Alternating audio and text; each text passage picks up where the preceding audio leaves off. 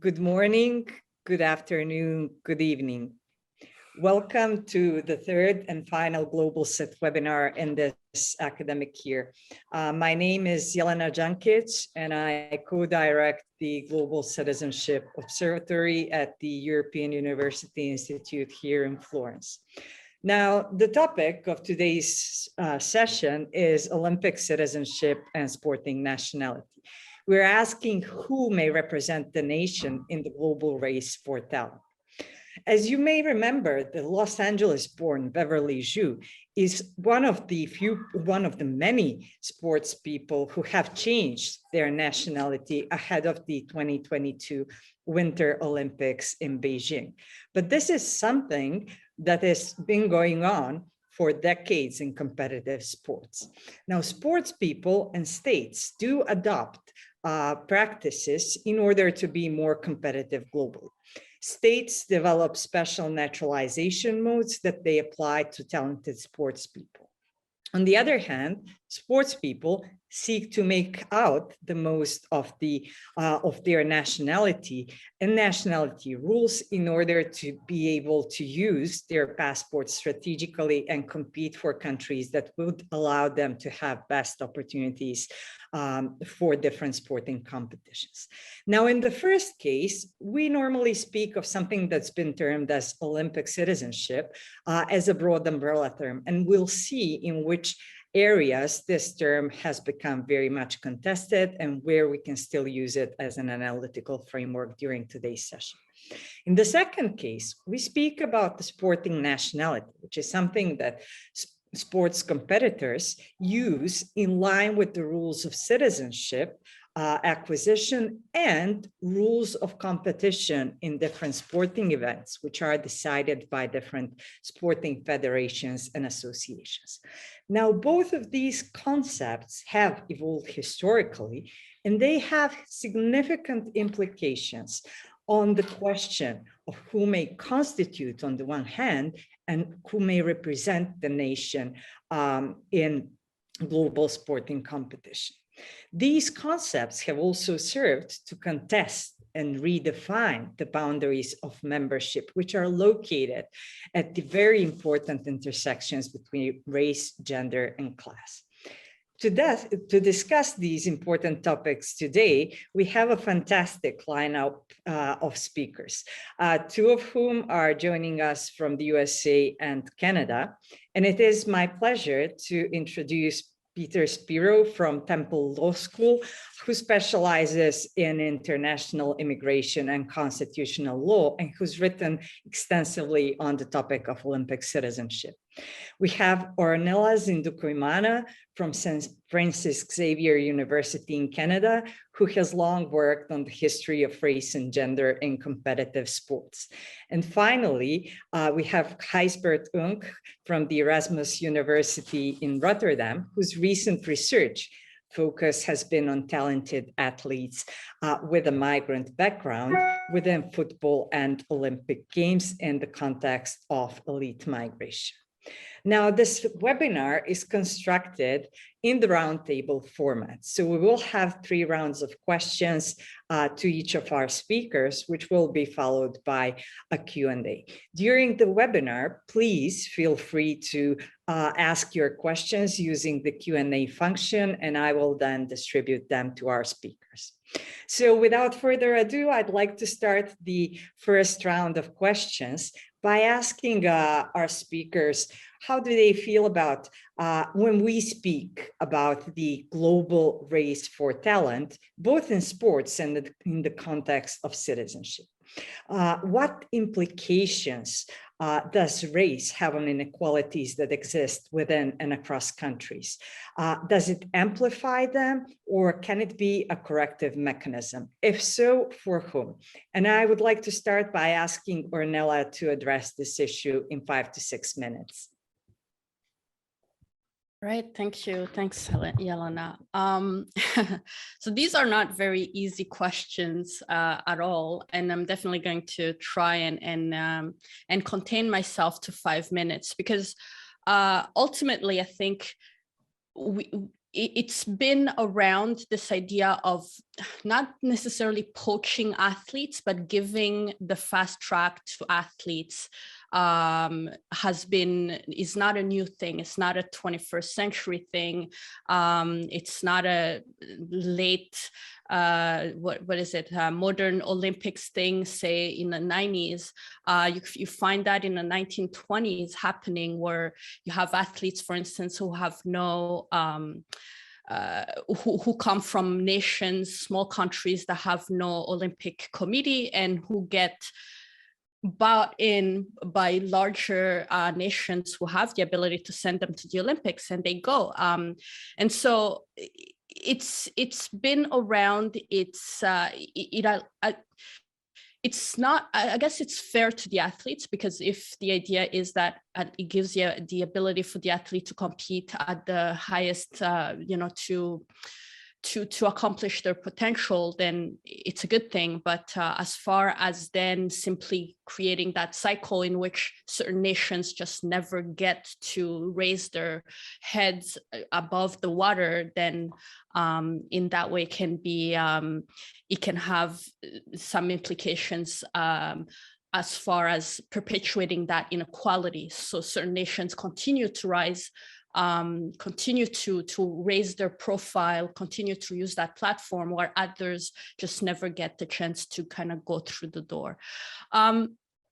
So in many ways, it really challenges that idea of sport as a meritocracy, because, as much as we would like to believe that athletic hierarchies are dictated by hard work, certain nations have the ability to simply buy that talent and create, in some ways, artificially, that hierarchy, which I suppose some could have argued was randomly distributed by, if you're born here, you compete for that region, and that's where you stay. And the race for talent is dictated also, these individuals being able to offer their services to the highest bidder, just once again is a win-lose kind of situation. They win, and we cannot argue against individuals essentially, I suppose, getting paid for their work, especially when we're talking about their ability to bring in business. But as I said, it does create that that vicious circle. One other thing that I think really happens when we have this race for talent is the undermining of the link between sport and state politics, or nationalism, chauvinism, which can be said to be at the core of many toxic happenings in sports. So corruption, all sorts of racism, all kinds of violence, coming from those sentiments of nationalism and so on. So the race for talent can undermine the whole nationalistic, it kind of really raise those borders and create the best team from the best individuals. So it's really kind of, it really is a nuanced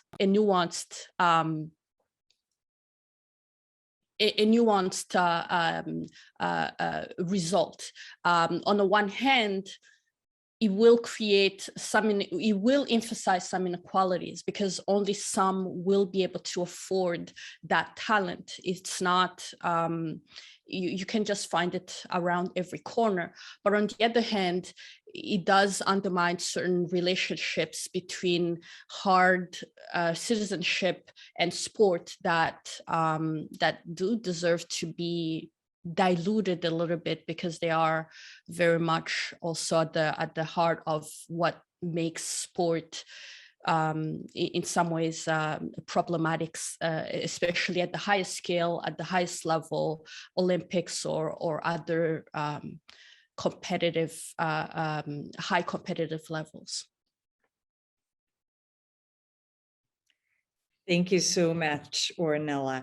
I would like to move to Heisberg and ask you the same questions. So what implications does the global race for talent have on inequalities that are inherent to citizenship, inequalities within countries? Does it amplify them, or can we speak about some sort of a corrective mechanism?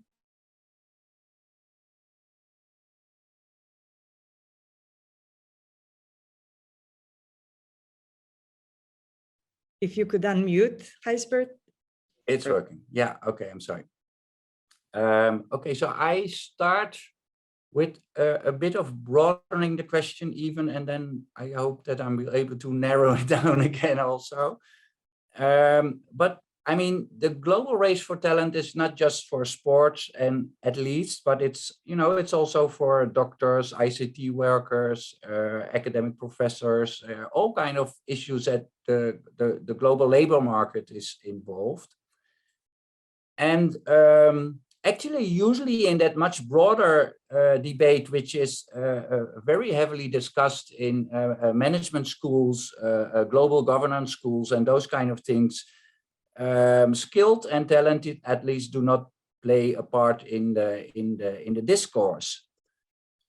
However, the migration of talent at least shape the public discourse when it comes to mass media, migration and citizenship, because it's visible. You know, we have a much more visible debate on that. And if it comes to the Olympics, or if it comes to a World Cup football, we can even count them.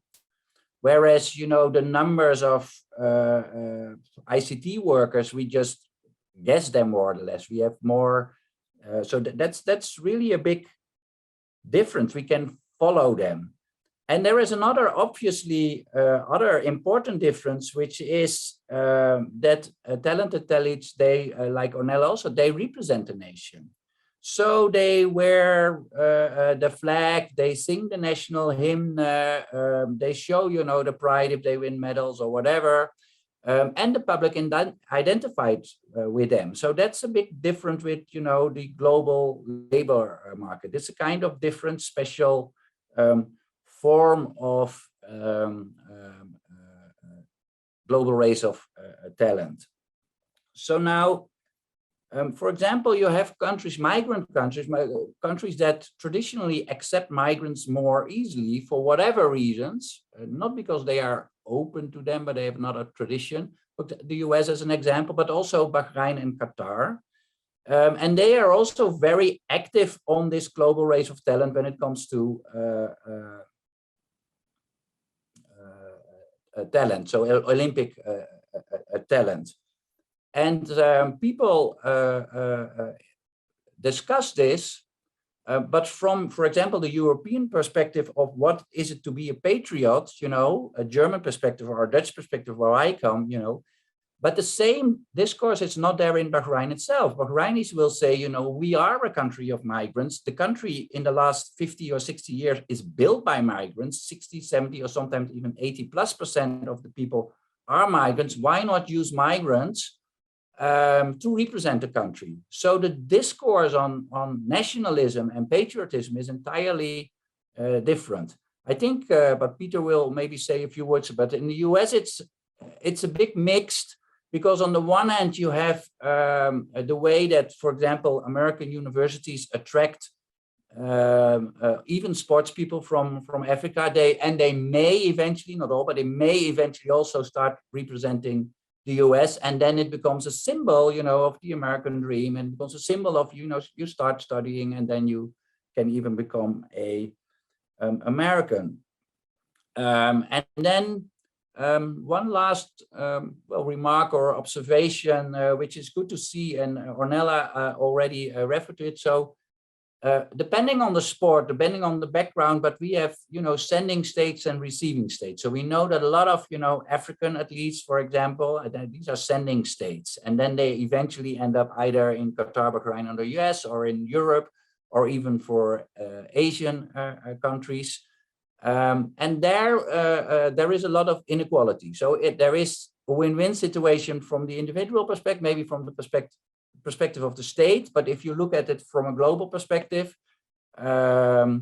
For example, the Kenyan government, obviously, and the Kenyan investors in, their talent, they are not very happy with this features. Thank you so much. Peter, what would your perspective be? Thanks, Jelena. I'm glad to be part of this excellent panel. I guess I'd follow on both Ornella and Gisbert's very helpful introductory comments. I mean, both from a broader perspective, sort of situating Olympic and sporting nationality in a broader context, and then looking at how it's the same and different. I mean, generally speaking, when we're thinking about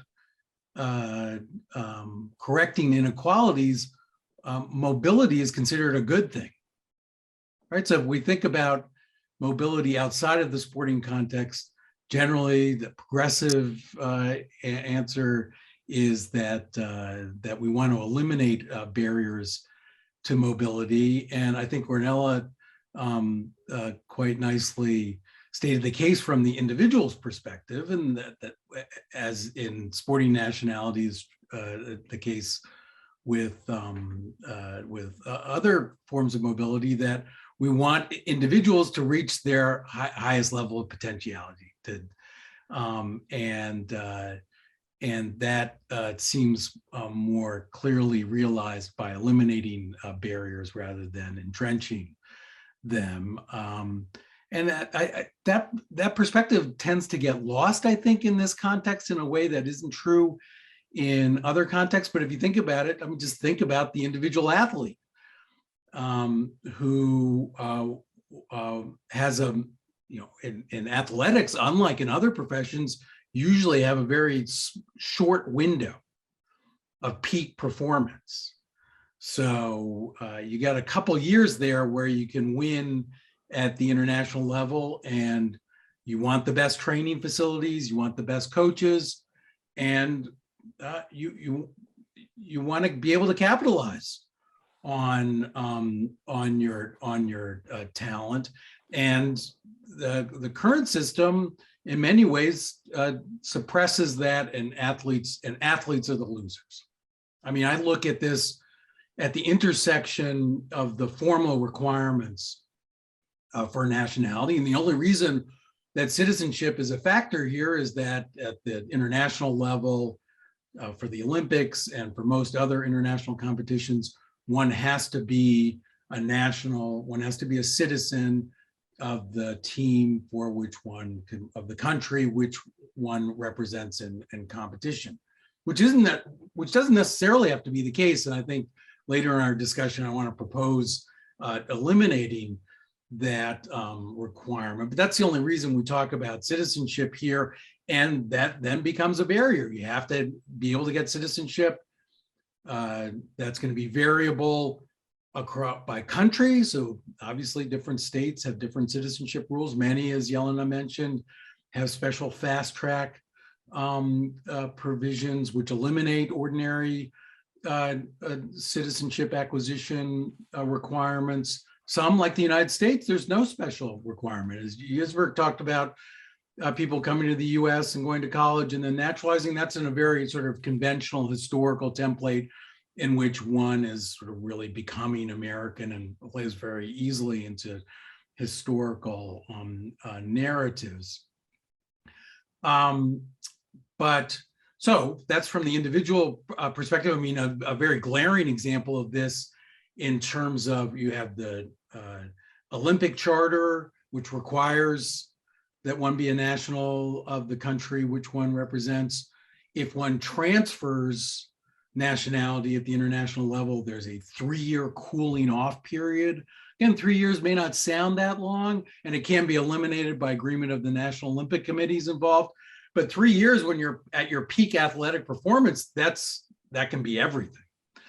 And then there's the Olympic Charter, and then there's an overlay of nationality requirements among sporting federations. So each sport has its own statute or regulations governing eligibility. And in some cases, those federation statutes prevent transfers of nationality. I mean, it's those, and I see we've got some excellent participants here, and I hope we can get a broader discussion going here. But those of you who study citizenship know that there was once this rule of perpetual allegiance.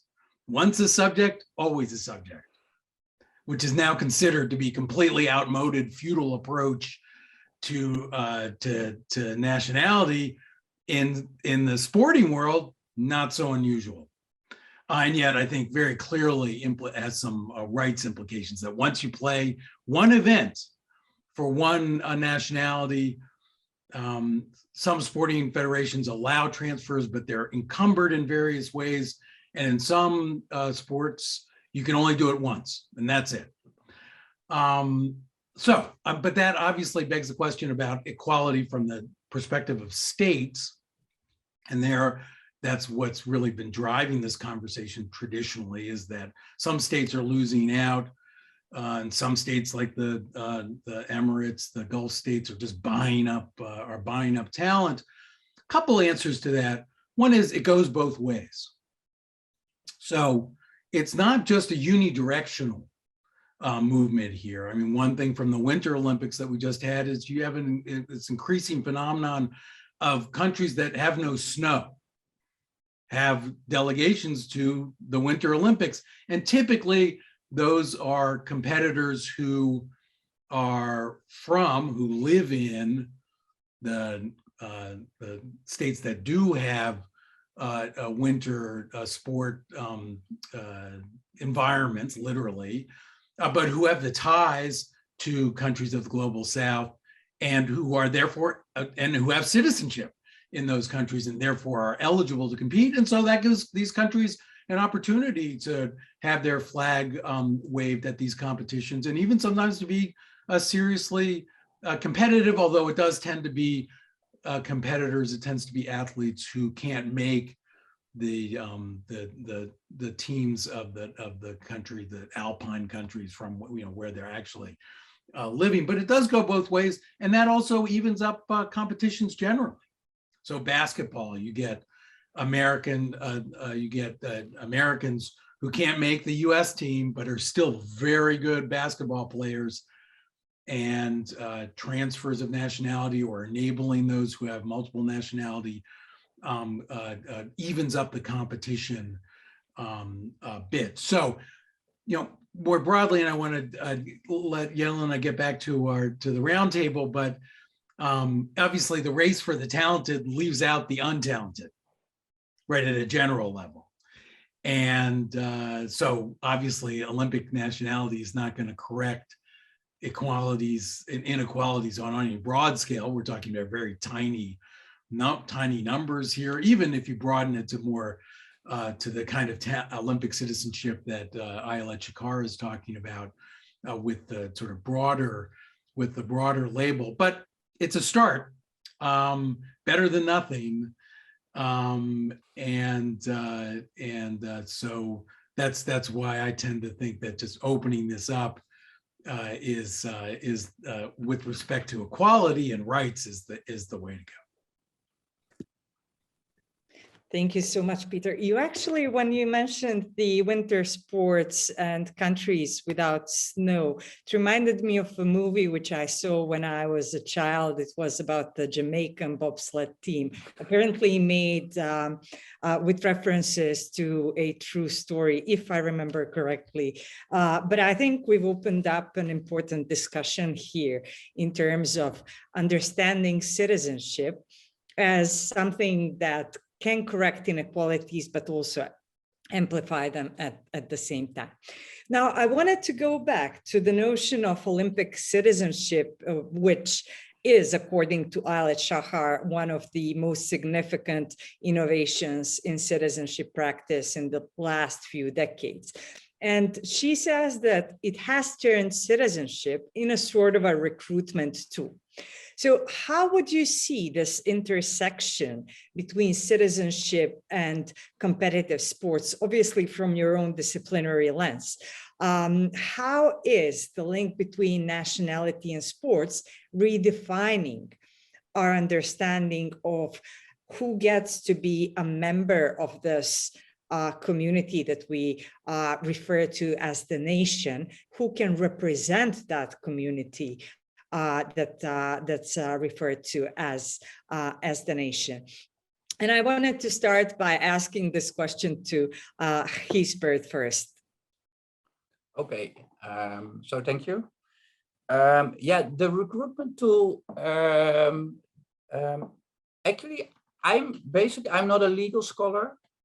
I'm a scholar with a background on migration and citizenship, but most of all, I'm a historian and a global historian.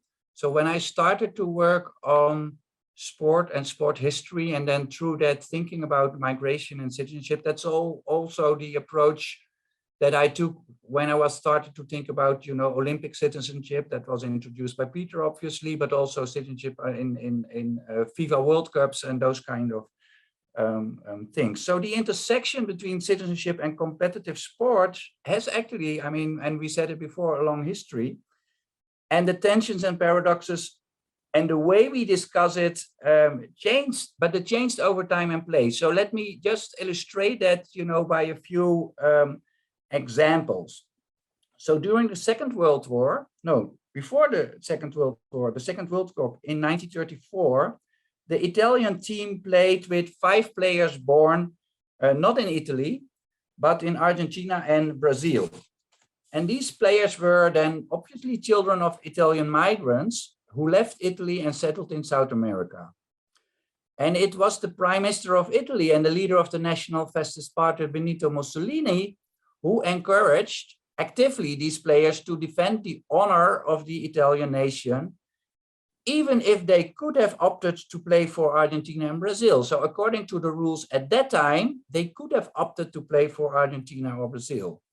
And these players were also referred to as so-called oriundi or imported Italians, or in more familiar way nowadays, we would say diaspora Italians. So one of those players, Luis Monti, he played for Argentina in the 1930s in the final before playing for Italy in 1934. So he switched alliances. At that time that was allowed, and played for the 2 different countries. So these oriundi players, they were typical examples of the Italian diaspora. They spoke Italian, and generally they had 2 parents who were born in Italy, but most of them were born in either Brazil or Argentina, so that was different. And initially, within the public debate in Italy regarding these diaspora Italians, there was no much debate about it. It was, we have the best team, we like to perform at the best, from an individual level, but also from a team level. So most of them were professional football players. Professional football player arrived slowly in Italy. So now in 1936, which is only a few years later, they had to bring an amateur team to the Olympics. So that could not include those players with a professional background, because that, according to those rules at that time, was not allowed. And this Italian team performed very well. They won. And then the public discourse in Italy changed about these oriundi players in general. For the 1938 World Cup, they said, we don't need them anymore. They are not, real Italians. They are outside Italians. Why do we, do not take Italians, that are born and raised in Italy? So that's one example. So this is a kind of diaspora story, and that goes on up to, the Moroccan team is a diaspora team nowadays. There's we did some publications on that. Then the same applies for countries, for example, in Europe, with a background in colonization. For example, Portugal for the 1966 World Cup tried to, incorporate people from Mozambique to be part of your Portuguese national team. And here again, it was a dictator who, included Eusebio and others, 4 or 5 people with a sub-Sahara colonial background. Okay, so officially there is then among historians a debate, are they, citizens, are they subjects, are they colonial subjects, how do we define that? But it's just to show from an historical perspective that this kind of hustling with, identities, because Eusebio was invited and was allowed to play for Lisbon and Benfica, but many other workers or laborers, even talented, high-skill workers, were not, at the same level, and that was not that easy to, arrive in Portugal.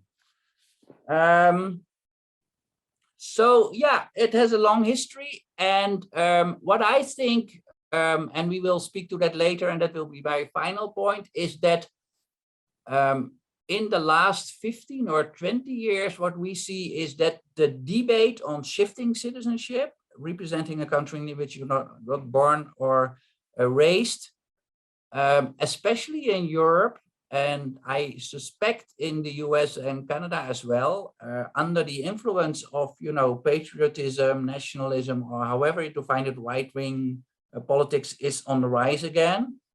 But the numbers, and we will go into that later, the numbers did not really change.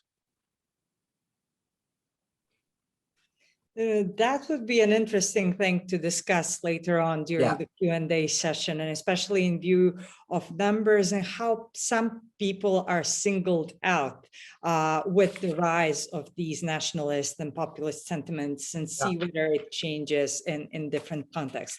Now, I'd like to go back to Peter with the same question. So how is this link between nationality and sports redefining our understanding of who constitutes and represents the nation? So Gijsbert has explained it from his own perspective, but what would be the viewpoint of someone who's been a scholar of international law?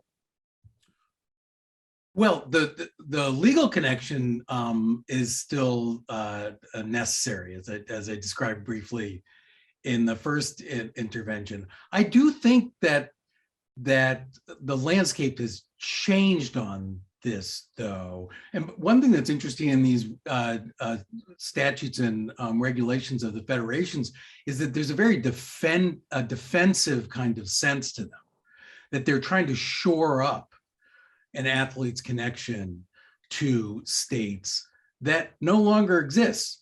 So Gijsbert's examples are interesting, but there still was a real connection. So Mussolini famously said that an Italian abroad owed subservience to the Italian state to the 7th generation, right? So these were people not who were considered to have continuing sociological, or in that context, not really sociological, but again, back to this old sense of allegiance and loyalty that so infected notions of nationality and statehood.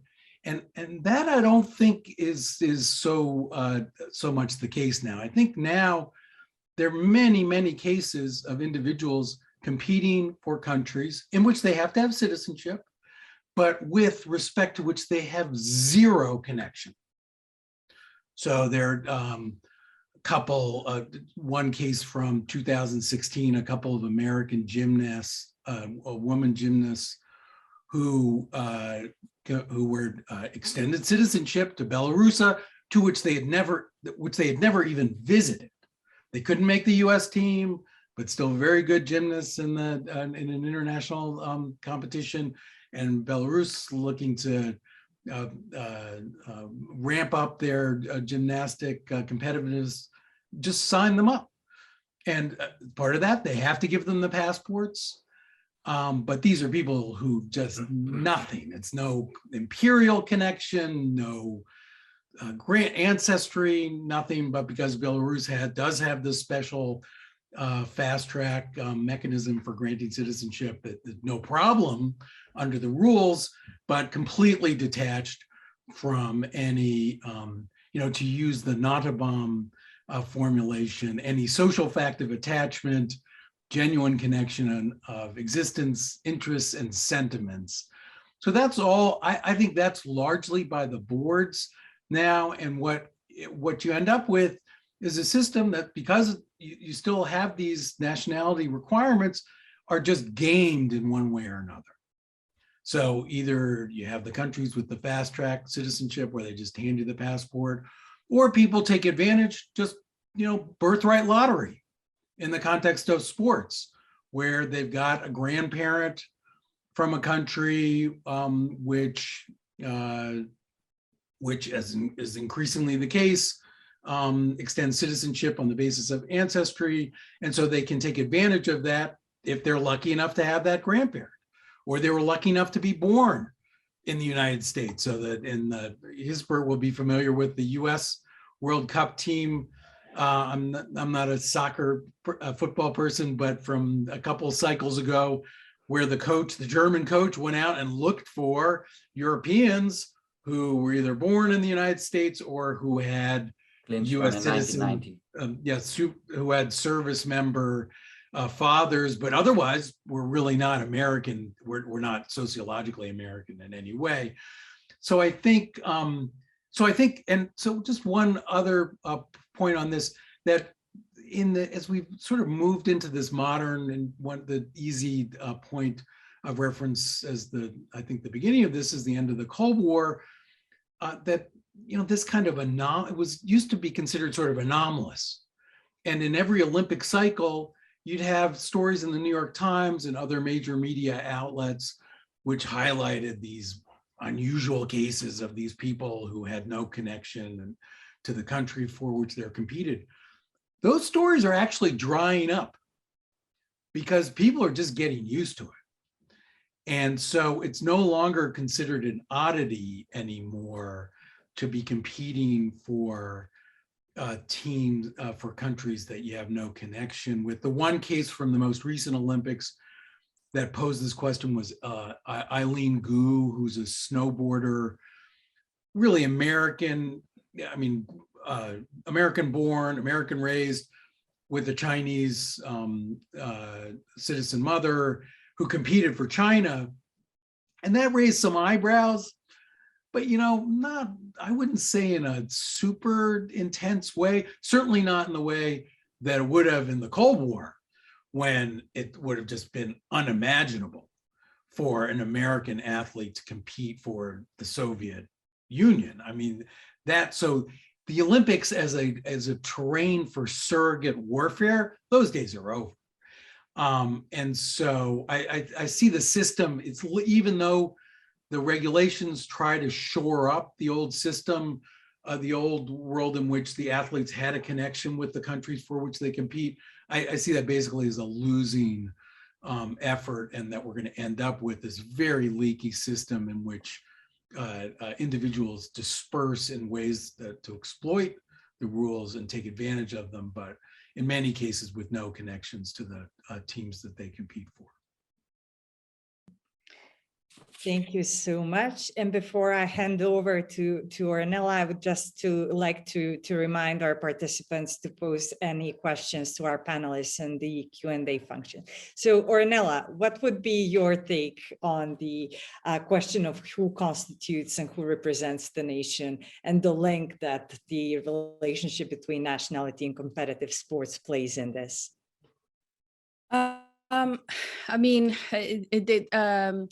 Hisberg and Peter have already pointed out a few of the key things, which is, when you have these connections, that these ancestral connections, or whatever connection that you can grab onto that gets a nation to claim you, to compete for you, has been a very normal thing as far as modern sport really has been unfolding throughout the 20th century. And yes, the examples are plenty. Eileen Gu recently, the Canadian team also had a very, I would say, strange case where with a couple of so it was a Danish well, it's skating. They were skaters, and there are a couple, and one of them is Canadian, the other one is Danish. And for the last several seasons, they competed, I think up until I would say 2018, they competed on the European circuit for Denmark, but they could not compete for Denmark for the Olympics for some reason or other, because the one half of the couple was not Danish, and he could not get nationality or the papers. So then the Canadians are fine with that, because you know, it's a country of immigrants anyway. So they fast-tracked her so that who is the Danish half of the couple to become Canadian, and they competed for Canada, which again, there's nothing unusual about that, if only the fact that they had been competing for Denmark technically before this, and then switched because there are levels of allegiances that you have to be able to compete at the Olympic level. So I've studied these, I've come across, I guess, this topic in my studying of Black athletes in Canada in the historical context, early to mid 20th century, more specifically, which really brings me into the British Empire kind of context as well, and that movement. So when I say that it's been around for a while, I'm thinking of one of the highest, one of the more decorated athletes for Canada at the Olympics was a British Ghanaian, so from British Guyana, which is now just Guyana, who competed for Canada 3 times, 28, 32, and 36, won 5 bronze medals.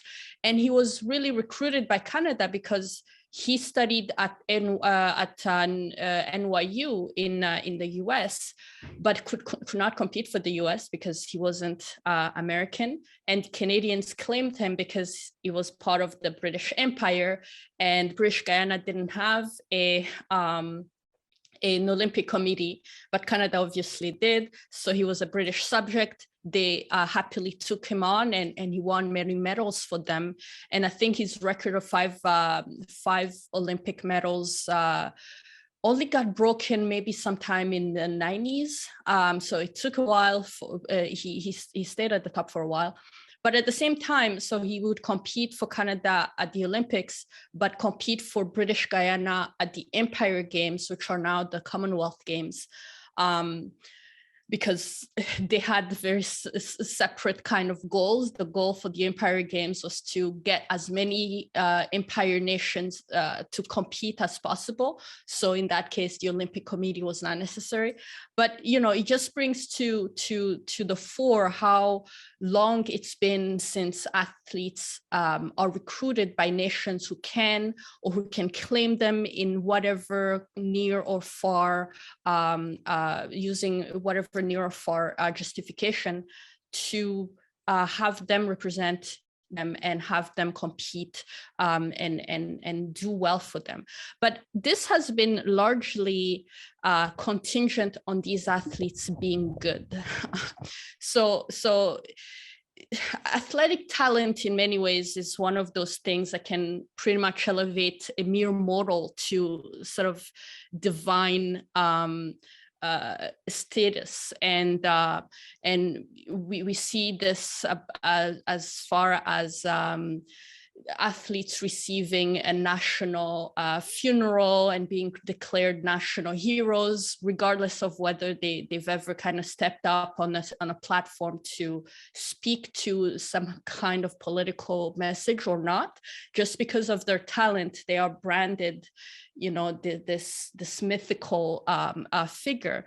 And so that movement has been easier when athletes are good, when athletes succeed, when athletes basically stand in that or live up to the standards imposed.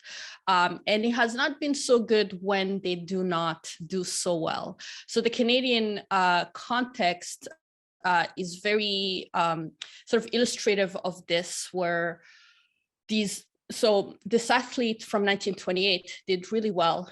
He also became a doctor. He was Black and became a doctor, and so he succeeded at a time and reached heights at a time where the kinds of success he had professionally and so on were not very usual for someone like him. But then you fast forward down the road into the 80s, and you have athletes with a double nationality who are born outside Canada and come to live in Canada, as many do, who represent Canada and who are embraced when they're doing really well.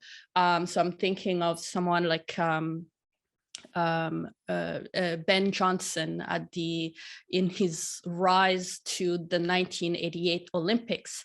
He became, there's been sort of a tracking of him first being Jamaican and then Jamaican Canadian. And by the time he wins the gold medal in 88, he's Canadian Ben Johnson. And then he loses his medal and he regresses to him becoming once again Jamaican. So in as far as what citizenship can mean to redefining who represents the nation, it's once again very much at the scale of that one athlete. It's easy enough to get caught up in what these recruitments can mean as far as diversifying and erasing borders and erasing ideologies that are very rigid as far as who constitutes the nation, and these rigid, sometimes very xenophobic ideas. But when you look at the athletic levels and at these examples throughout the 20th into the 21st century, you see that these athletes do not somehow trigger some kind of change, large-scale change. They may be sort of a precursor, or they may be, almost like a glitch in the matrix, where they're there because they're good and they're athletes, and athletic talent transcends things like barriers sometimes. But at the level of the regular person, these changes are not necessarily reflected the same way. So these athletes are mobile, and the movement is very easy for these individual people who, at the end of the day, that's the thing, when we're immersed in it, or when we see a case, we may tend to think it's very common, but ultimately this athletic talent is not, there's not great numbers of it.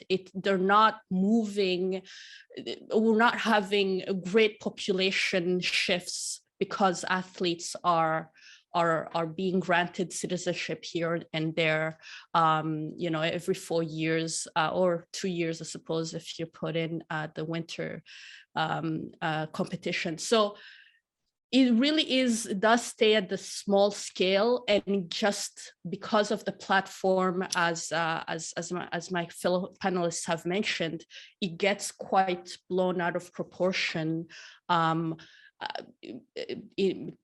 far as what it really represents and what it really means as far as the real citizenship of the regular Joes who do regular jobs and who are not super talented international figures.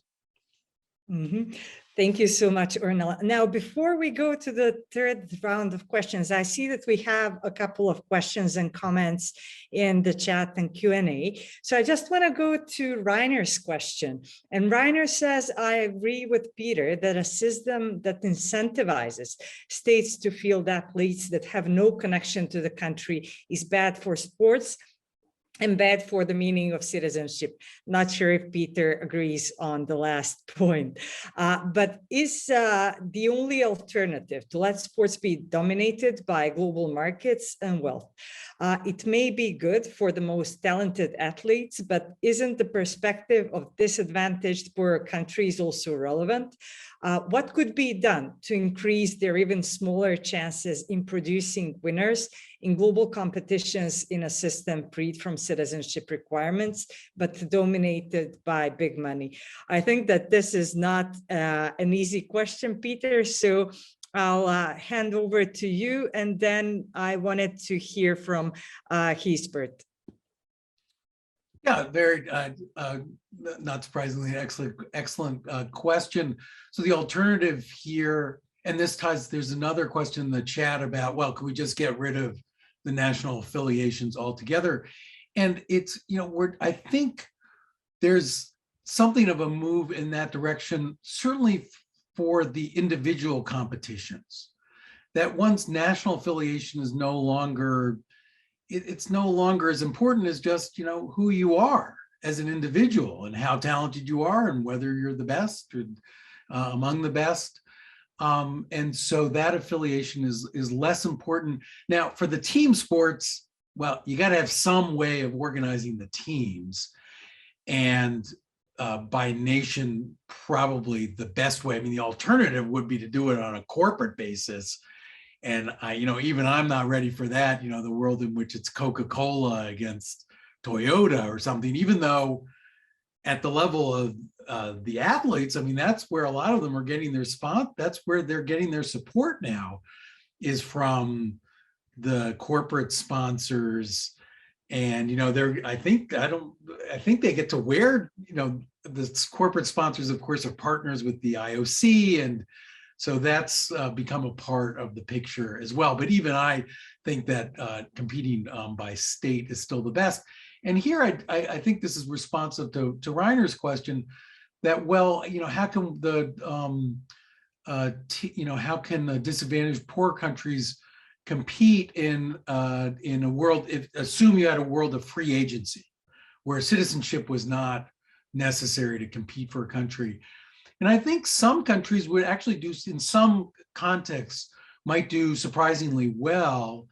And here, if we had free agency, it doesn't mean that athletes would just compete for the country that was sort of the highest bidder.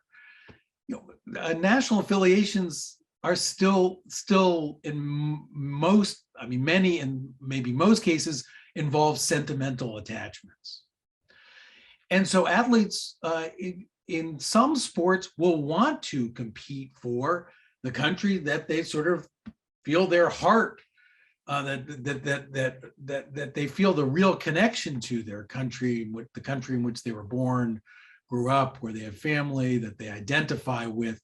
Those sports, I think, would tend to be those where the athletes are making big money outside of the Olympics, outside of the national competition. So football would be an example where the big stars are making a lot of money. They're not looking to the Olympics for to make money. They're looking, to be maybe cynical about it, they might be looking to the Olympics for branding. And when it comes to that, it actually makes more sense for them to compete for the country that they've, really the home team. And so I think, in some sports that might actually, and there are examples of that, I think, from the marquee sports where individuals have not just gone to the country in which their home professional team is, but have gone home for purposes of the competition. And then for other contexts, Kenya losing its runners to, in this case, sort of is a highest bidder kind of context. I wonder, maybe I defer to people who study this sociologically, empirically, does that really depress the number of Kenyans who are looking to be international level runners? I don't know, maybe the contrary, that, to the extent that that these runners can then realize their full potentiality and maybe make a little money off it at the same time, that would just encourage those, and there's some, I think there's been some money transfers between the Gulf states and the Kenyan training, so that, you know, it actually becomes a way of cross subsidizing these teams. But I think in the long run, where we're going is a world in which people don't really care nearly as, they don't really care about about having individuals who are from the countries that we're cheering for. Thank you, Peter. I saw that Gisbert had his hand up while I was asking the question, but would you like to address this one? And it would perhaps also be interesting if you could follow up on the issue on the relationship between nationality swapping and nationalism, which is something that Alper Esevit has asked in the Q&A session. And he says, could this trend, namely the loosening link between nations and athletes, end up in an Olympic competition without any reference to nations, nationalities, or flags? Or can the Olympics turn into a competition of individuals or teams instead of nations? Or do you expect a nationalist backslash after reaching a tipping point? And I think, Gisbert, you mentioned some numbers on these trends. So it would be wonderful if you could share them with us before the third round of questions.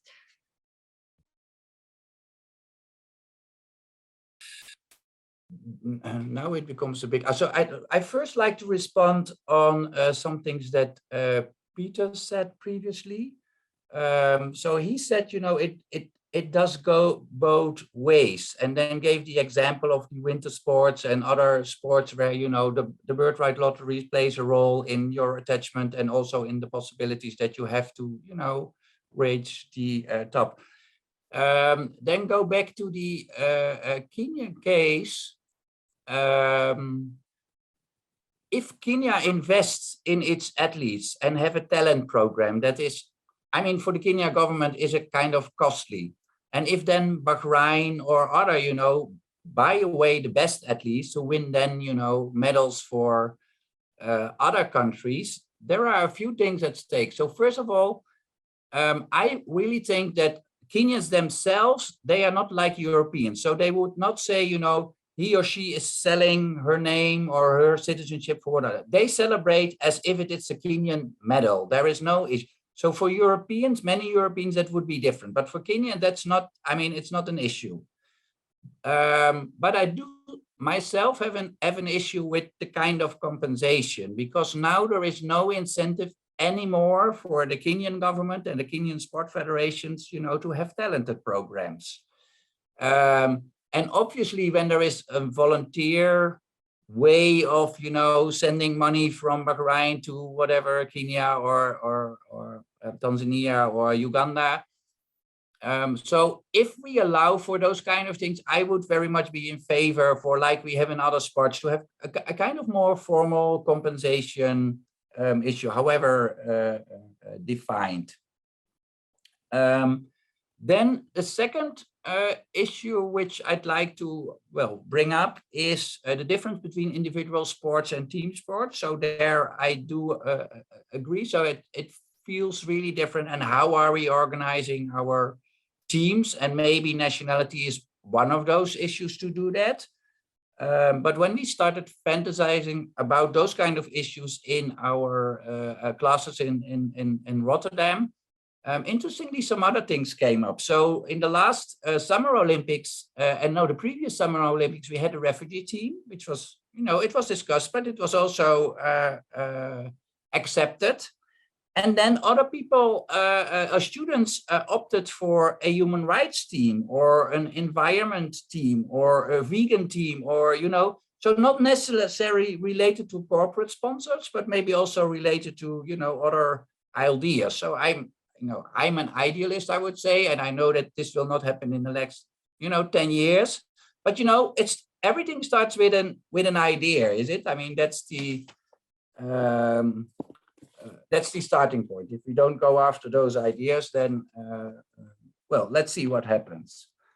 Then the last thing about the numbers that you asked, Jelena. So again, from a historical perspective, it's a bit difficult to do counting. It's not a matter of just sources or whatever, but we have colonization, decolonizations, we have wars, we have countries like Yugoslavia that then suddenly are not Yugoslavia, but it's Croatia, Serbia, or whatever. So the process that we take is foreign born. So you are born in the country that you represent, or you are not born in the country that you represent, because that's fixed if you start counting it and you make long lines. But then obviously, like Peter said, there is some kind of a connection, like the diaspora Italians that I mentioned, but he himself mentioned also the Chinese relation with the tennis player recently. There is a kind of relation. So if we start counting, for example, in the World Cup, and we counted all the players, and then from 1930 up to 2018, and then use the foreign-born proxies, obviously there are some ups and downs, but on average, it's between 8 and 12%.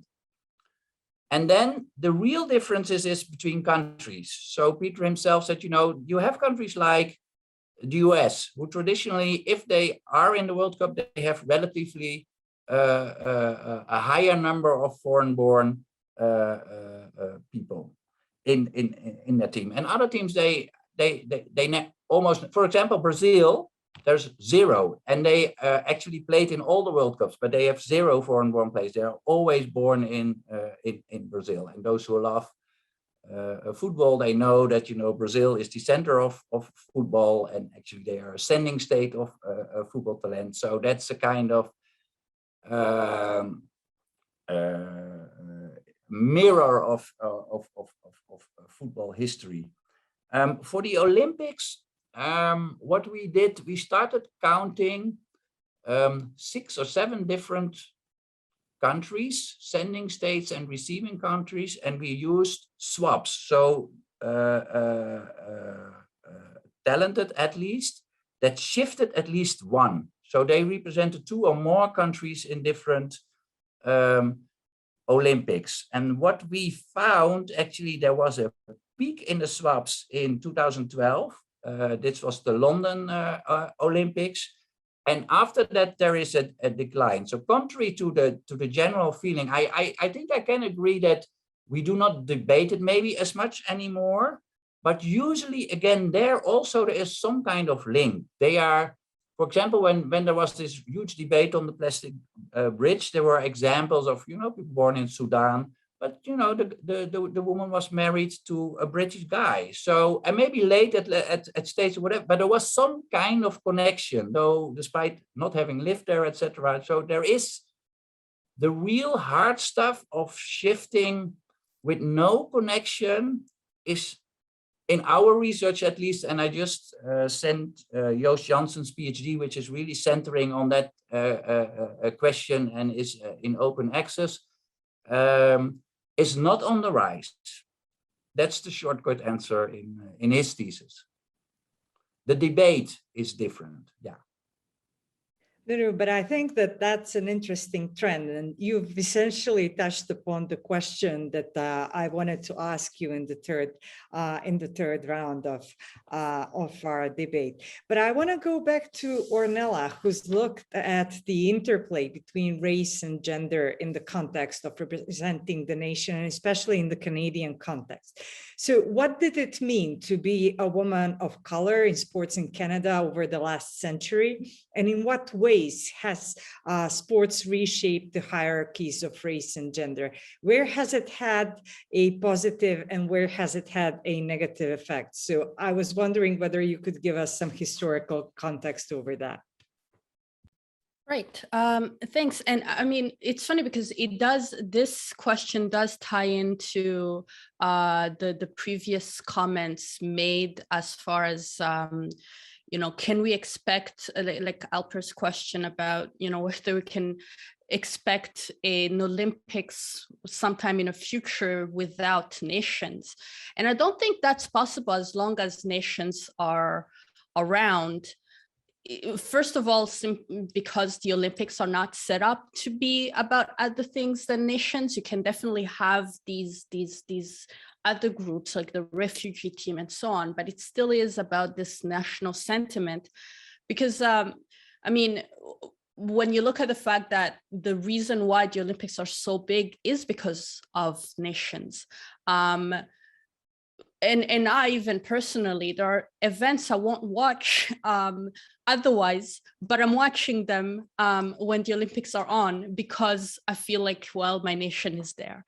You know, I know someone in that discipline that I would never otherwise tune in to, but I am now. And I'm sure I'm a sport scholar, so I'm sure there are other people who are not at all interested in sport who will tune in only because of that reason of, well, my nation is there.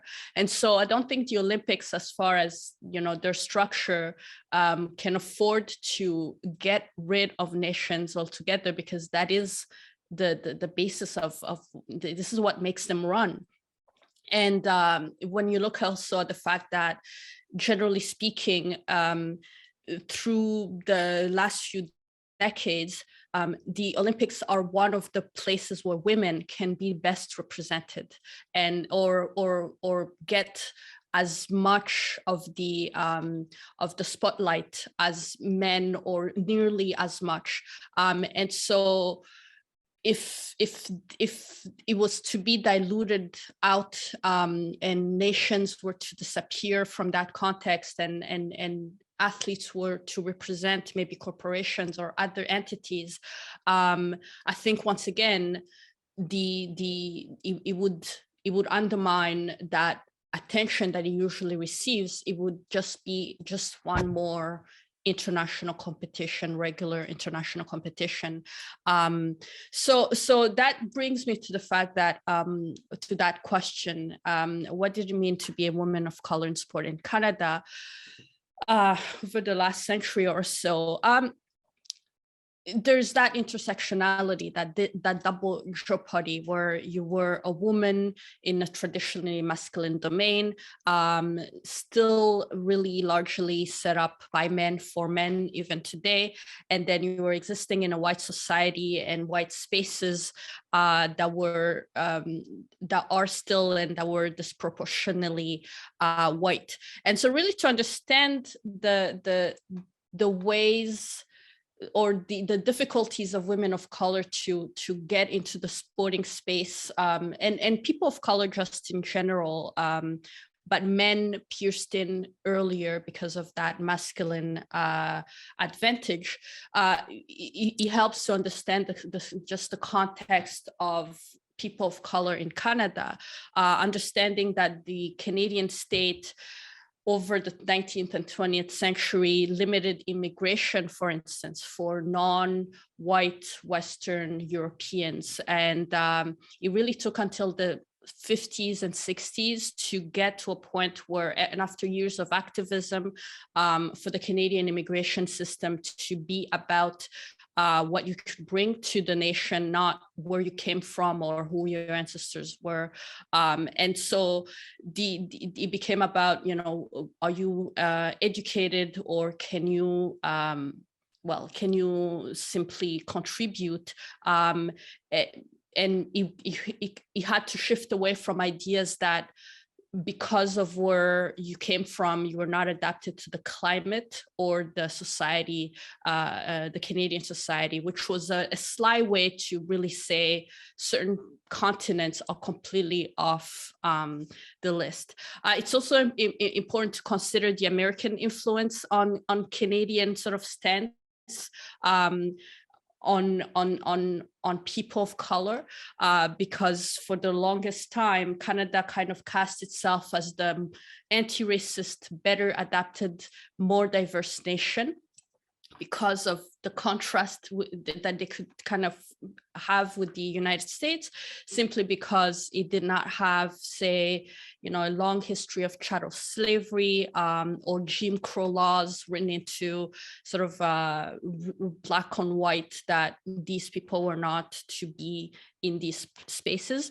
But in exchange, Canada did have, it had a form of slavery, just didn't have that scale because it just didn't have the climate to have those complexes and those plantations. And it did have it until it was abolished in the British Empire in the 1830s.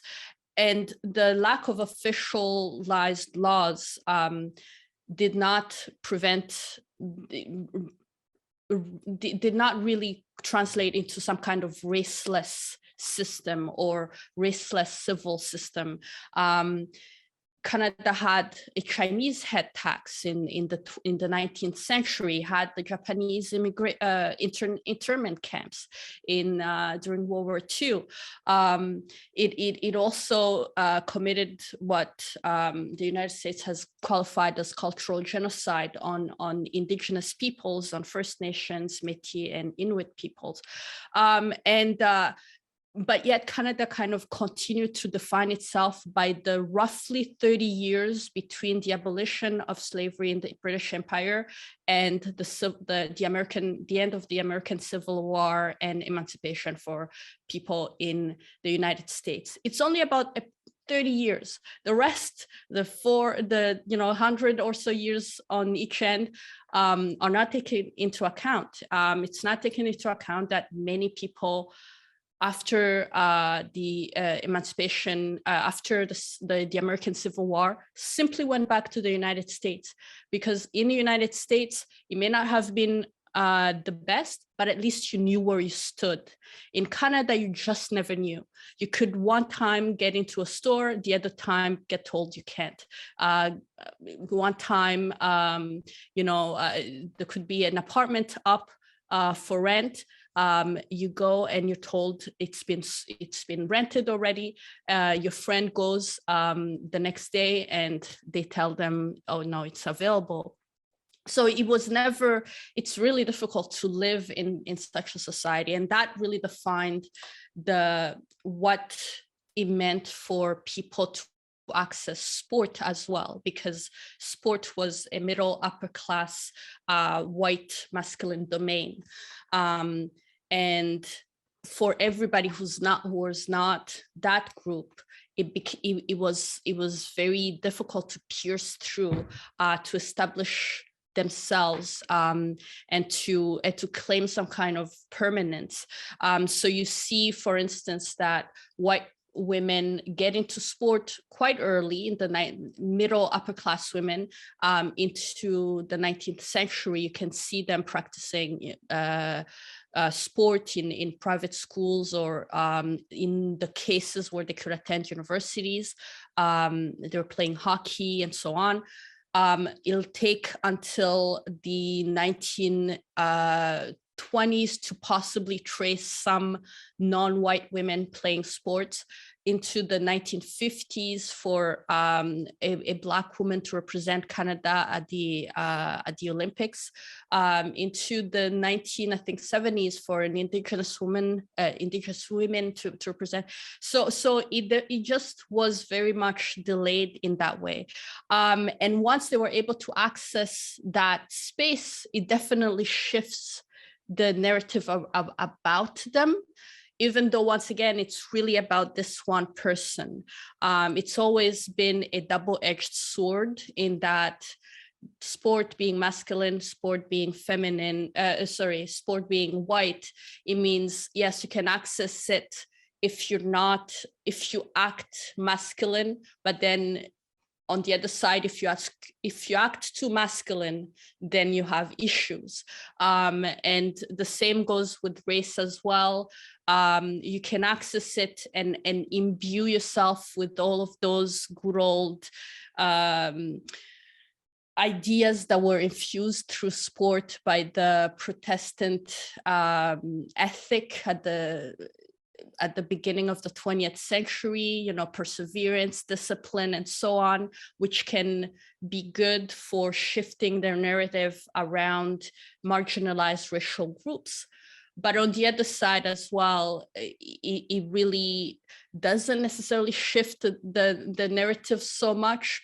I see this with my students all the time. I have to dedicate many class time, many class hours, to really undermining that whole idea of just because a racialized minority is succeeding in sport, it means that, you know, it's genetic, because that is still the notion, still underlying, you know, interpretations of success. So success is interpreted along lines of race, and lack of success is also interpreted along the lines of race. So it's really a no-win situation where you can access and succeed as an individual, but you still are really just your skin color or your origins or your ethnicity, depending on what group you are. So yeah, the idea of sports shifting the narrative is always very there's no yes or no. It's really, it depends. Thank you so much. I have a question for Peter, which I actually will merge with Martin's question. So Peter, we know that since 2012, at least, you've problematized the notion of Olympic nationality. So I was wondering if you could follow up on that. And Martin says that we've talked mostly about access to sports stage. What about questions of restriction and inclusion? How should we think about restricting access to sports competitions based on citizenship? So for instance, such as in the case of Russia or Belarus nowadays, or South African athletes in the past. We also had similar issues in Southeastern Europe. Clearly, it is unfair to punish individual athletes for sins of their country. At the same time, it is understandable that the international community does not wish the world stage to be abused for propaganda through sports, or wants to send a strong message of sanction. And this is also something that we have seen very recently in the conflict of Ukraine case and the context of sports. So how would you look at this? Yeah, excellent question. Before I get to that, just one point I want to make sure doesn't get lost if we're looking at this in historical perspective, and that is the rising acceptance, now near universal acceptance, of dual citizenship and how that plays out. So in the past, when you had to be a national of the country, you've always had to be a national of the country for which you competed, and in most cases, that was your only nationality. And that, I think, really suppressed the possibilities for fully opportunistic citizenship acquisition. So you weren't going to go compete for the Marshall Islands or for any other country than the one you're really living in, that was your primary source of attachment, if you had to give up that citizenship. So I think that's enabled this, and that really is a late 20th century phenomenon now into the 21st in terms of the rising acceptance of dual citizenship, which you can just accumulate citizenships in most cases. There are a couple of examples, some of which have played out in the Olympic context. Japan, for example, there was a case of ice dancers where you have to be, as I think Ornella was pointing to, an ice dancer, you have to be the same nationality. And there was a Japanese woman who was competing with her pair mate was a Russian national, and she gave up her Japanese nationality so that they could compete in the Olympics. But that's really the exception now in terms of having to terminate your citizenship to take advantage to it or to establish eligibility for another team. On Martin's very topical question, yes, absolutely. So it's interesting how with the Russian invasion of Ukraine, it's a context in which national identity it seems more salient than it has been in recent times. And just the association of nationality is, I mean, as Martin says, we don't want to let Russia use the world stage, the very visible world stage of the Olympics and other sporting competitions to look good, to advance its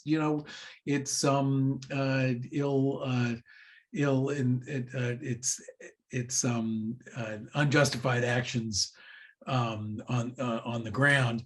And that I think poses a challenge. And I think there are ways in which it would actually change athlete behaviors here. There were 2 Americans who took on Russian nationality for the Beijing Olympics and played on the Russian national basketball team. Now, that would not happen today, I think, for obvious reasons. I mean, athletes, again, thinking just cynically, their brands are not going to be helped by going to compete for Russia. Even though I don't think there'd be any, and there would actually be no formal barrier to it, but just nobody wants to be associated with Russia. Now, of course, the athletes, as Martin points out in the question, well, they've got interest too. And I think, maybe there are a couple, there's a range. Certainly there's some athletes and other cultural prominent performers and others who have been vocally pro-Putin. Well, you know what? Maybe they should share responsibility for what he's doing if they publicly pronounce their support for him. In that case, it doesn't seem unjustified that they should suffer the consequences. Other cases, you have the tennis player who, right after the invasion started, put no war into a television camera. That's somebody who's very visibly using his prominence to protest. Should that person be penalized for the national affiliation? Maybe not. And maybe here, Gisbert brings up the refugee team. And of course, we had in the most recent set of Olympics, the Russian Olympic Committee. That seemed a little thin. It was still Russia. Putin went to Beijing for the Winter Olympics, and obviously he was cheering on the Russian Olympic Committee team, even if they couldn't play the national anthem. Maybe there's something where you put Russian athletes into something that just doesn't say Russia on it anywhere. I don't know what that would be, by way of enabling their participation and also enabling the quality of competition. Spectators we also have interests as viewers in having the best athletes competing. And there are various ways in which citizenship requirements and quotas, one very briefly, I know we're running short on time, but there are quotas by nationality in various competitions, so that, for instance, for table tennis, countries cannot send more than 2 competitors. China has something like 9 out of the top 10 world ranked table tennis. We don't get to see the number 3 ranked table tennis player because she's number 3 and not number 1 or 2. That obviously doesn't enhance the quality of competition. So it's another way in which national affiliation actually hurts individuals. But we'll see. Gisbert earlier said, and your numbers seem to support this, that there's now seems to be a move back towards nationalist impulses and a lower number of swaps in recent games. Well, maybe this is, maybe we're going into a mode of deglobalization, and maybe national affiliations are going to be more organically meaningful on the ground, and we'll see a retrenchment back to the old approach to these questions. Thank you so much, Peter. And I think here you've touched upon also and answered to Elchin Istif's question on the kind of new regulations that we think about in the context of dual nationality being on the rise with sports. So I've seen that Ornella wanted to follow up on this, and then also Gisbert.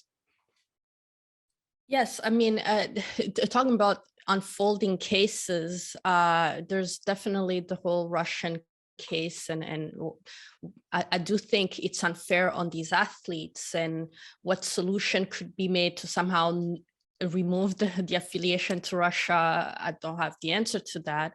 But there's an unfolding case, for instance, of Joel Embiid, Cameroonian athlete playing in Philadelphia in the NBA, mega superstar. So he was born in Cameroon.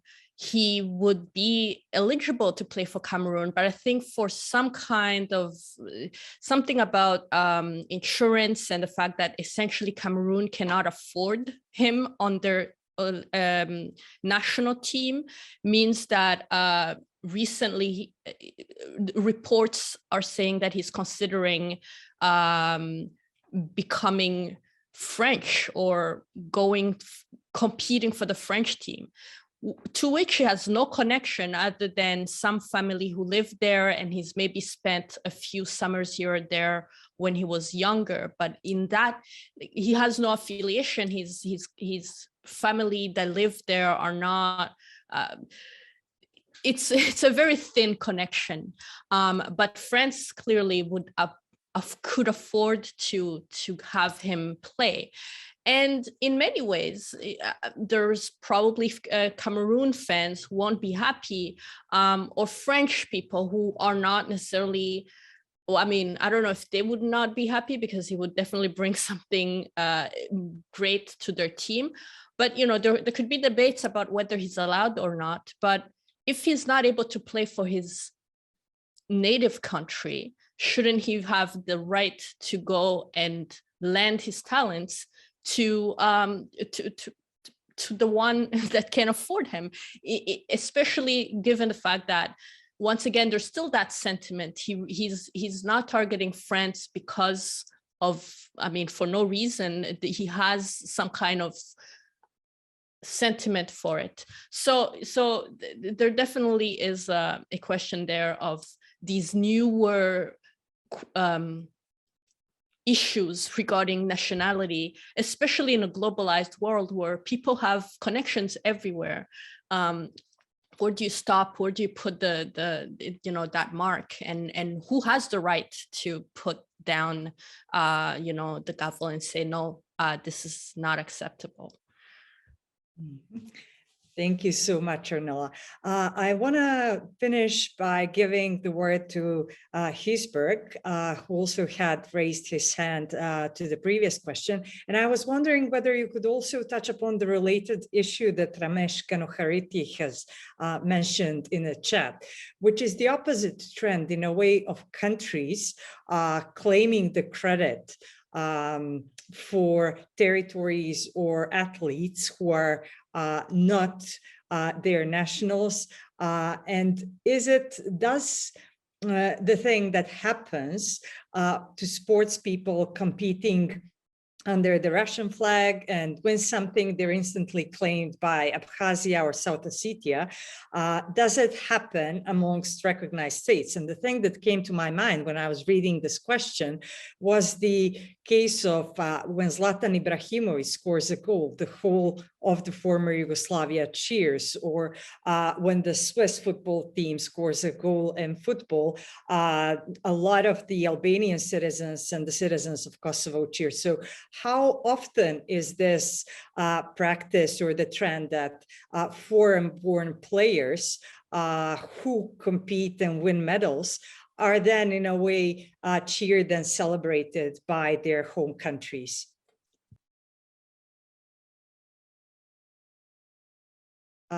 You're muted. Yeah. Okay. Okay. So one of the most, I'll start with that question, and then I move on with, the other things. The most extreme team that ever played at a World Cup was the German team in 1983, which was just after the German Anschluss. So actually Austria and Germany were two separate teams. They both qualified for the World Cup, but then Germany, occupied Austria. I mean, I'm not sure whether occupied is the formal term, but that's what happened. And now we say at least occupied. And Hitler announced that at least 5 players should be of either one country. So you have 11 players in football. So 5 players from Germany, 5 players or 6 from Austria, or the other way around. So again, in our database, how can you, is it foreign born or not? This is a kind of very exceptional case, but it's difficult. So other more contemporary cases, and that reminds me of the important remark of Peter about, you know, the increase of dual citizenship, the increase of multiple citizenship, actually in many countries in the world. Not so much the increase of migration. The number of migrants in general, you know, have globally remained stable. There are large differences between countries, but that's, I mean, that's what it is. Let me just, so for future research, I would be very much interested to look at, for example, cases like, so they are discussed in individual cases, like Ornella also already gave this example of Ben Johnson, you know, a migrant athlete, you know, first was Jamaican, Canadian, then Canadian, and Canadian, Jamaican, and then when he lost, he was again a Jamaican. That kind of, you know, image, and we see that a lot. So let me two different examples from recent history. One that I like a lot and is, I mean, there is an excellent paper, not much written, is Nadia Nadim. She is from Afghanistan. She's a refugee. She came as a refugee in Denmark at the age of 2 or 3. And she loved to play football, and she made it to the Danish national team. And she became, I mean, and she loved, not only she loved to play, I mean, she learned Danish fluently. I mean, there was no issue about that. She went to school, etc., etc. Then she represented Denmark and won all kind of important cups and games. And she became a symbol of, you know, national refugee success in a national environment. And then she started to become a doctor. Actually, she is now a doctor. But also at the end of her career, say 3 or 4 years before she ended her career, she started to criticize the Danish policy on refugees. And then the public turned against her because she was not a grateful refugee anymore. And Ornella has many of those examples. So you have the disbalance between, you know, we have dual and multiple citizenship, and we accept that. But within those countries, there is, in this case, the Danish case, a strong white idea on, you know, what a migrant can do or not can do. Okay, she can win cups for us, but she should not criticize our system or whatever in a political event. All other players who maybe also criticize, you know, the Danish government, you know, were not criticized in the same way. And the same type of debate, slightly different, is with Mesut Özil, the German player who played for Germany.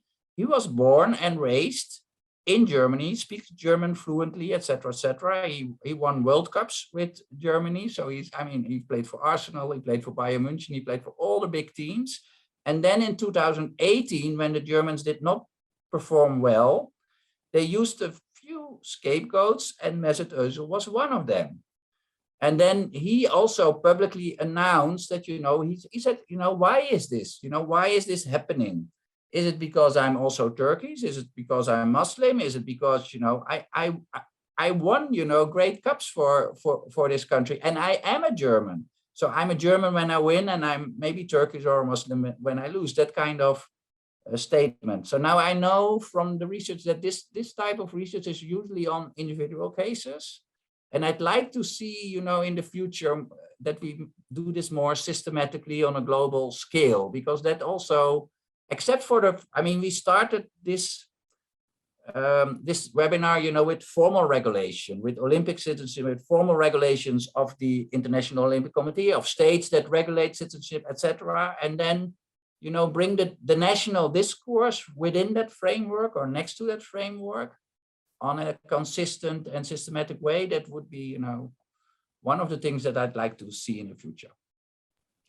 Thank you so much. I think that further research is definitely needed in the context of sports and nationality, citizenship and membership, and how those things together reconstitute what we consider to be a nation. So I hope to see much more work, much more research, also by all of you. So as we're running out of time, I would like to conclude this session by thanking our panelists, thanking Alessandra, who's been kind enough to organize the logistics for the session, and we will make the recording available on our Global Cit website. Thank you so much.